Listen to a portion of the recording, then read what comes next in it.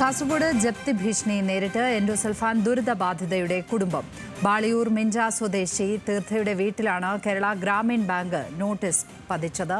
ഫെബ്രുവരി 10-നുള്ളിൽ 5 ലക്ഷം രൂപ തിരിച്ചടയ്ക്കണമെന്ന് ബാങ്ക്. വിവരങ്ങളുമായി സരീഷ് PK ചേരുന്നു. സരീഷ്, തീർത്തും ഒരു മനുഷ്യത്വ വിരുദ്ധമായ നടപടി തന്നെ എന്ന് പറയേണ്ടി വരുമല്ലേ?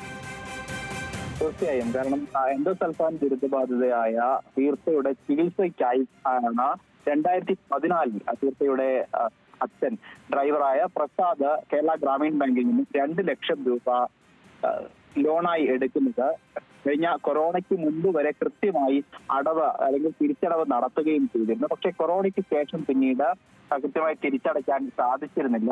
അതിന് ഏതാണ്ട് 1.5 ലക്ഷത്തോളം രൂപ ഈ കുടുംബം ഗ്രാമീൺ ബാങ്കിൽ തിരിച്ചടക്കുകയും ചെയ്തിരുന്നു. പക്ഷേ ഈ നേരത്തെ ഞാൻ സൂചിപ്പിച്ചതുപോലെ കൊറോണയ്ക്ക് ശേഷം പിന്നീട് കൃത്യമായി തിരിച്ചടവ് നടത്താൻ ഈ കുടുംബത്തിന് സാധിച്ചിരുന്നില്ല. കാരണം സാമ്പത്തികമായി വളരെ പിന്നാക്കം നിൽക്കുന്ന ഒരു കുടുംബമാണ്. പലതവണ ഈ ബാങ്കിൽ എത്തി ഈ തീയതി നീട്ടിത്തരണം എന്നൊരാവശ്യം മുന്നോട്ട് വെച്ചിരുന്നു. ഒപ്പം തന്നെ ഒറ്റത്തവണയായി അടയ്ക്കുന്നതുമായി ബന്ധപ്പെട്ട ചില കാര്യങ്ങളും ഈ പ്രസാദും ഒപ്പം തന്നെ ഭാര്യ ബീനയും മാനേജറുമായി സംസാരിച്ചിരുന്നു. പക്ഷെ അതൊന്നും തന്നെ ചെവിക്കൊള്ളാൻ ബാങ്ക് അധികൃതർ തയ്യാറായില്ല. മറിച്ച് കഴിഞ്ഞ തിങ്കളാഴ്ച രാവിലെ ബാങ്ക് അധികൃതർ ഇവിടെ എത്തുകയും ഫെബ്രുവരി 10-ാം തീയതിക്കകം 5 ലക്ഷം രൂപ അടച്ചില്ലെങ്കിൽ വീട് ജപ്തി ചെയ്യും എന്ന ഫ്ലക്സ് പതിക്കുകയുമായിരുന്നു.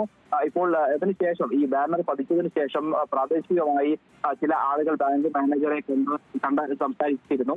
ഒറ്റ തീർപ്പാക്കൽ പദ്ധതി പ്രകാരം ഈ 10-ാം തീയതിക്കകം തന്നെ 2.5 ലക്ഷം രൂപ അടയ്ക്കുകയാണെങ്കിൽ മാത്രമേ ഈ ജപ്തിയിൽ നിന്നും പിന്നോട്ട് പോകൂ എന്ന നിലപാടിലാണ് ഇപ്പോൾ ബാങ്ക് അധികൃതർ. പക്ഷേ ഒറ്റത്തവണയായി അടയ്ക്കുന്ന അല്ലെങ്കിൽ പണം അടയ്ക്കാൻ സാധിക്കുന്ന ഒരു സാഹചര്യത്തിലല്ല കുടുംബം.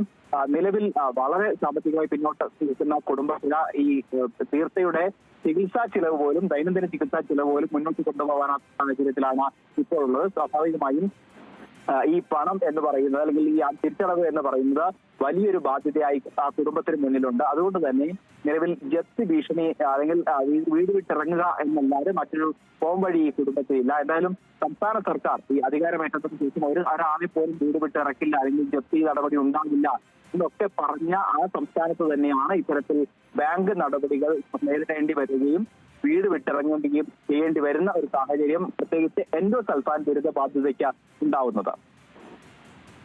സരീഷ് PK ആണ് കാസർഗോഡ് നിന്നും വിവരങ്ങൾ പങ്കുവച്ചത്.